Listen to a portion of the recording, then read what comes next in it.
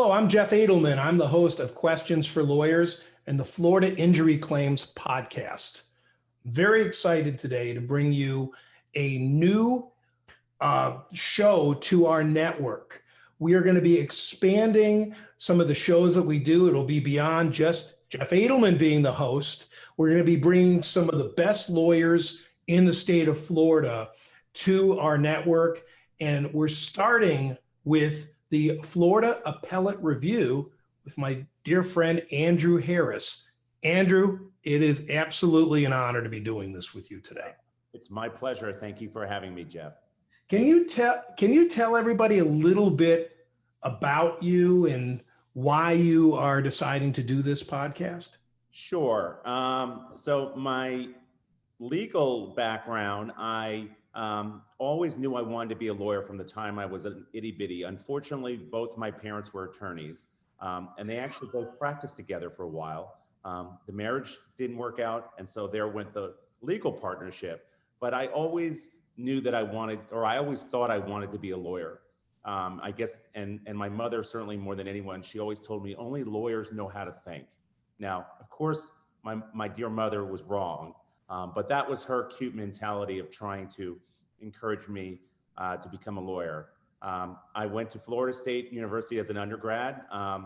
It really was because I loved Charlie Ward, honestly. When he and Florida State beat Notre Dame in 1993, it wasn't any more simple or complicated than that. It may not have been the thinking of an 18-year-old boy as to where to go to college. Loved my time in Tallahassee. Went to law school at George Washington. In Washington, D.C., a wonderful, wonderful city. Couldn't have asked for a better upbringing there. And then I came back down to Florida where I was born originally, and I clerked at the 4th District Court of Appeal. And from there, at the 4th District, it's all about writing briefs, writing memos, research, writing. And that really was where I thought I had a niche. I never wanted to be in the courtroom cross-examining witnesses or doing depositions. It was just more my forte on trying to solve the puzzle that was there in terms of writing and research, which is what I really enjoyed. I then joined a local appellate law firm in Palm Beach County. I was there for 14 years, and just last month I started my own firm, Harris Appeals in Palm Beach Gardens, Florida. So that's my legal background. Family background, not that that's the ever so briefly, I've got 3 daughters, 2 human daughters, Anne and Alexandra. Our recent addition, our canine golden doodle, Arlie. I'm married to a local probate trust and estates attorney, Adele.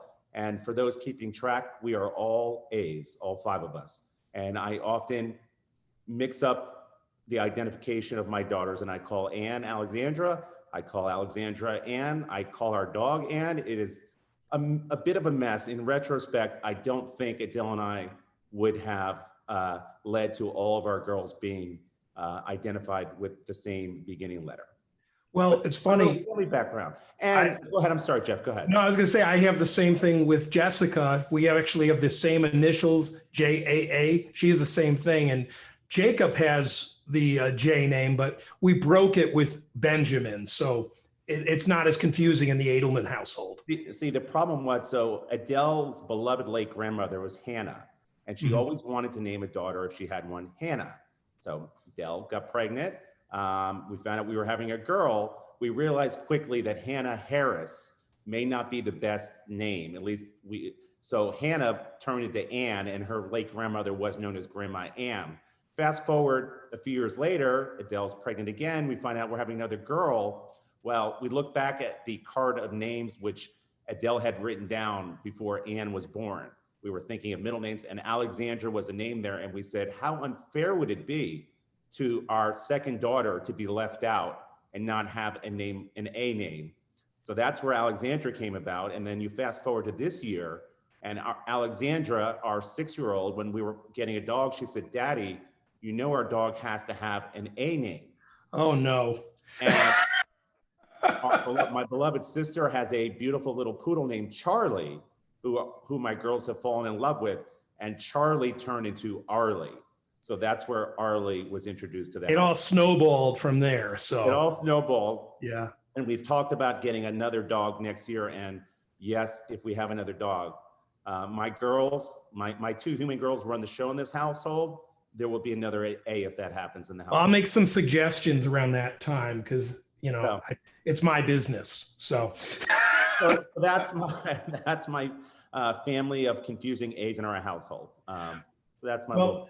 well, and listen, that's why we do what we do, Andrew. I mean, that's why we fight as hard as we do for our clients, for the justice system, for our families. I mean, I know that's my inspiration, and I'm friends with you. I know that's a big part of your life as well.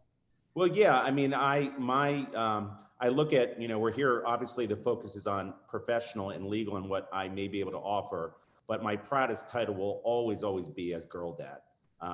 And that title, that came about for me where I sort of picked up on the tragic death, of course, of Kobe Bryant and his daughter, one of his daughters in January.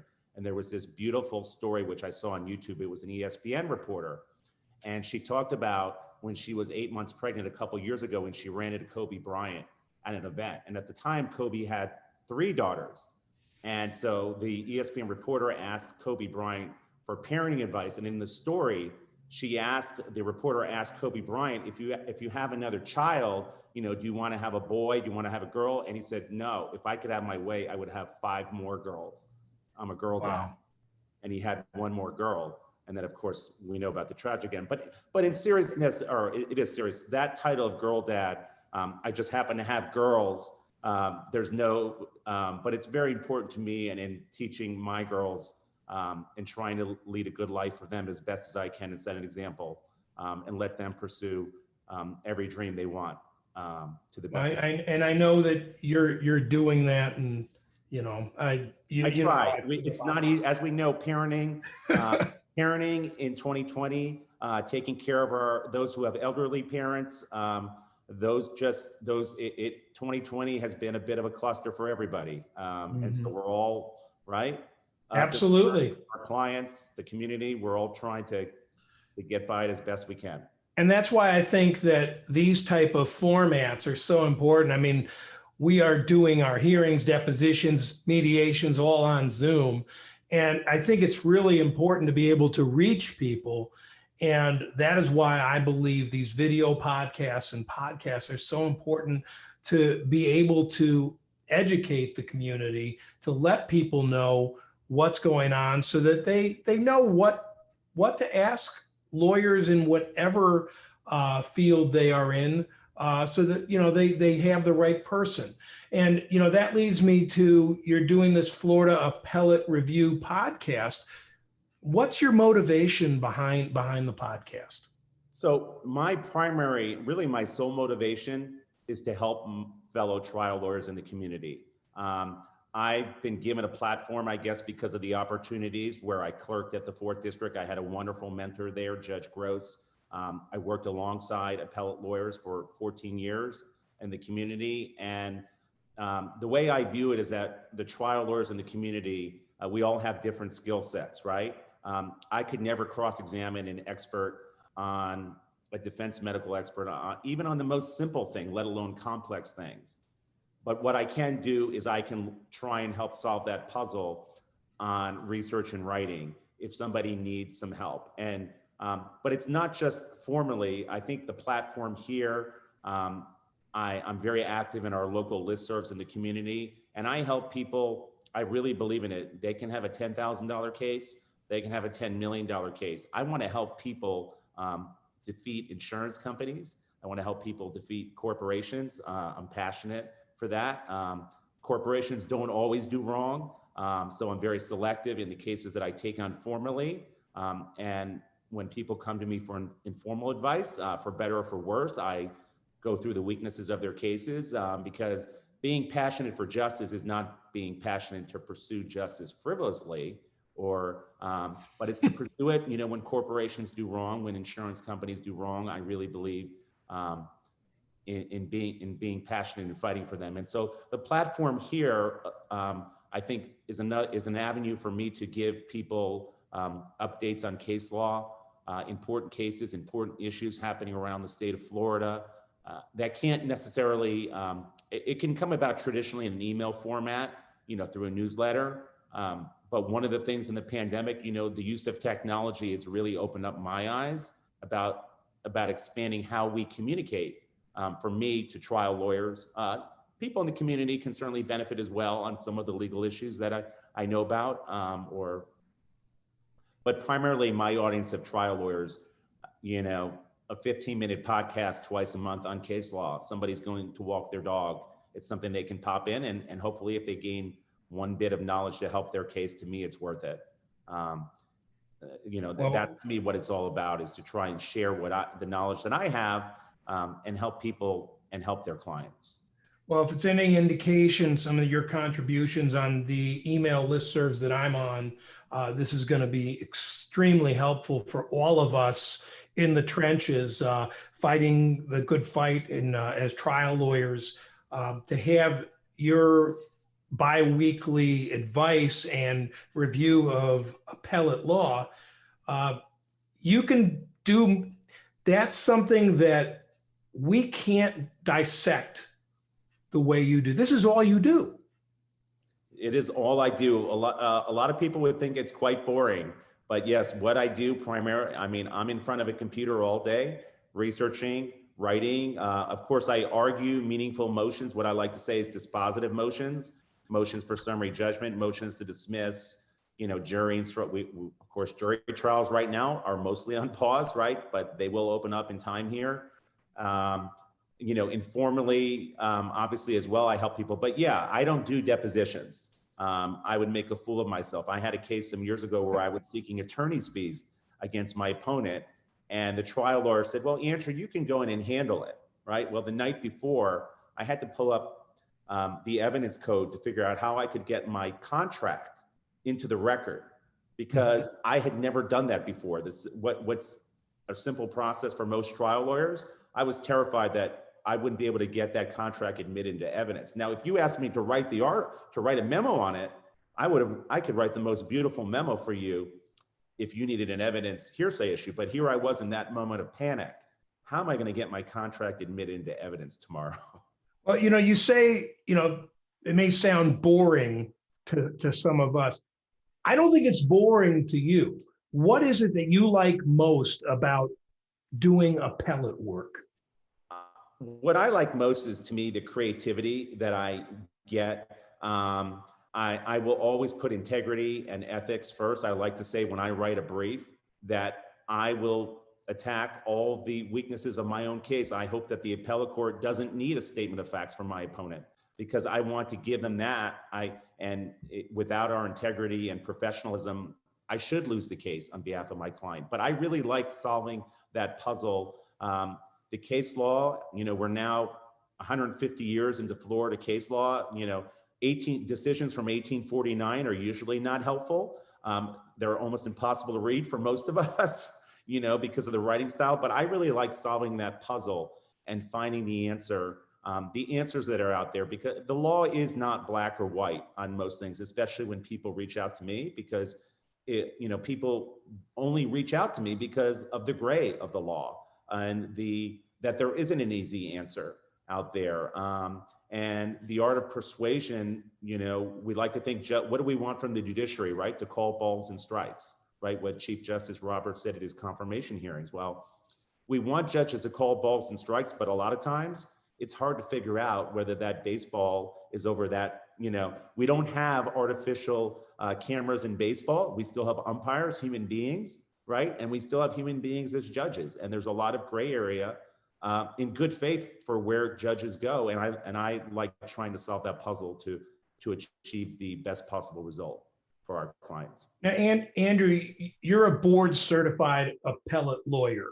Not an easy thing to obtain. And I guess you have many different areas of the law that you're very well versed in, and you learn very quickly. But in particular, what are some of the specialties that you seem to be getting a lot of calls about from trial lawyers like me? So my passion is personal injury cases, medical malpractice cases, tort cases. I mentioned insurance, defeating insurance companies. However, I do handle divorce cases. I'm very picky in the ones I take. Trust and estate and probate cases, I really like those areas of the law. I am picky in the appeals I take. If you've got two parents who are fighting over $100,000, I'm not going to take $50,000 in legal fees to go and have a case where they're fighting over $100,000. It just, I can't do that. You know, they can go hire somebody else for that. But I do like family law. I especially like helping when there are children involved.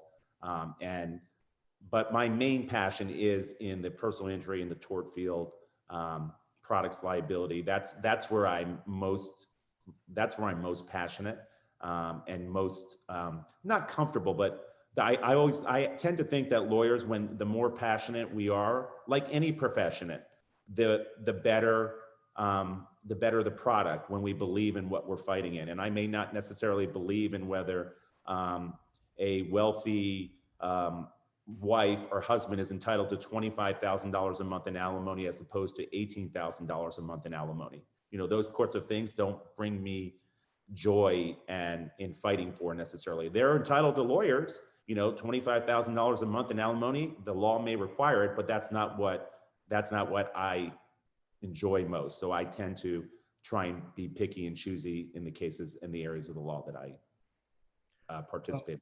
Well, we certainly appreciate your commitment to tort cases, personal injury cases, and your involvement with the Florida Justice Association and Palm Beach County Justice Association. In fact, you're on the executive board for the PBCJA. You know, you're quite the resource for so many, and we really appreciate that. In particular, though, I know that you've become sort of a specialist in proposal for settlement law. Can you tell me a little bit about that? So proposals for settlement or offers of judgment, it's this little niche area in the law that the Florida legislature enacted some decades ago to incentivize parties to reach settlements. Now, the incentivization is that if a party serves a formal offer of judgment or proposal for settlement, and it's rejected by the opponent, based on the eventual math outcome of the case, the prevailing party who served the proposal which was rejected can be entitled to recover all of its attorney's fees from the date of the proposal for settlement forward. And so that is the stick, so to speak, that the legislature put in place to encourage parties to do what? To accept the reasonable offers in this formal. Now, unfortunately for our trial lawyers and for the community, there is no robotic computerized format for how to serve these offers. And so I developed a niche when I was a little bitty baby lawyer. Trial lawyers were constantly calling, well, I don't know, what about, how do I cross my T's and dot my I's here? Because my opponent, if they reject the offer, they're gonna say my proposal is missing a word and it's unclear about a release or confidentiality or other parties in the case. And here we are 14 years later, there still isn't a robotic format for a proposal for settlement. So to me, it is another part of what I like to do best, which is solve a puzzle. And especially so in the smaller value cases for our trial lawyers, the ability to recover attorney's fees in the case if they win, it's oftentimes the difference between them not being able to go forward and represent their client just because of the costs or of having to take a very lowball offer from the other side. And so it really, to me, fits in what I like to do, which is solve puzzles, but also to help clients and to help trial lawyers achieve the maximum recovery they can for their clients. So I get a lot of calls on it. There are a lot of emails on our local listservs where people are understandably still confused 14 years later after I started this. The case law is constantly changing or constantly evolving, and lawyers are looking for new and creative ways to try and get around past case law and the rules in place. And so it fits what I like to do best, like I said, in solving puzzles, and it fits into helping people, especially our folks who have the smaller value cases where they want to achieve the best possible result for their clients with this carrot of attorney's fees, if they do it right, if they serve the proposal validly and in compliance with Florida law. Well, they will do it right if they have ever attended any of your seminars, or now we do webinars, and or if you do a podcast specifically on proposals for settlement, which I'm sure is in the cooker for you. So I'm looking forward to that. Andrew, I can't thank you enough for coming on today, and I'm excited about your new show, the Florida Appellate Review podcast with Andrew Harris. If anyone wants to get in touch with you, what's the best way for them to do so, and what's the best way for them to learn more about Harris Appeals? Sure. So for better or worse, and my wife sometimes may say for worse, that little iPhone of mine is almost always on and available. Even when we're watching her Bravo TV, Real Housewives of Salt Lake City, which we watched last week to, everybody needs some quiet time away from the craziness of the world, right? Well, that's my wife's, enjoyment at 9 o'clock at night when we can put our feet on the bed. But in terms of being able to reach me, you mentioned my website, harrisappeals.com. My email address, it's andrew@harrisappeals.com. I tried to make it simple, keep it simple, stupid. Big fan of that. Right, big fan of that, exactly. My cell phone, 561-248-5995. Every email I send out has my cell phone in it. And I'm able to do that really because my clientele for the most part are trial lawyers. And it's very important. I just had a call last night at 7 o'clock from a trial lawyer who needed an answer on something, which was time sensitive. Well, I'm accessible. We can do that now with the remote technology, right, Jeff? Yeah, that's how we're operating. We're all we're all lawyer broadcasters now. Who knew? Right, exactly. Who knew, right? And I had a text from a trial lawyer at 8 o'clock at night last night who had a question, and I said, well, can I call you at 9 o'clock? I think that's when my girls are going to go to bed. Unfortunately, Alexandra, my 6-year-old, I had to read 4 Bernstein Bears books, not 3. And so it wasn't until 9:30 that I was, but in seriousness, I was able to, and I called the trial lawyer up at 9:30 at night, sitting in bed. That's part of what we can do, that maybe a generation ago wasn't so easy to do, where I could be a dad and then help out the trial lawyer. So I like to think of myself as being accessible, not 24/7. I do sleep a few hours a night, could use a few more hours like all of us, but I am certainly accessible. And that's part of my passion for helping folks. Well, Andrew, I hope people were copying it down, but I'll certainly be putting the phone numbers in the description. And I welcome you to the network, and the Florida Appellate Review with Andrew Harris is going to be a regular feature, and I'm just very excited. I think it's really going to help a lot of us out there, us trial lawyers, to have you dissect it and kind of spoon feed us every couple weeks. Well, thank you so much for introducing me to your network and all that you've done over the past year, and seeing what you give to the community. And so I'm just blessed that you invited me to have a small role here in helping our community out. So thank you, Jeff.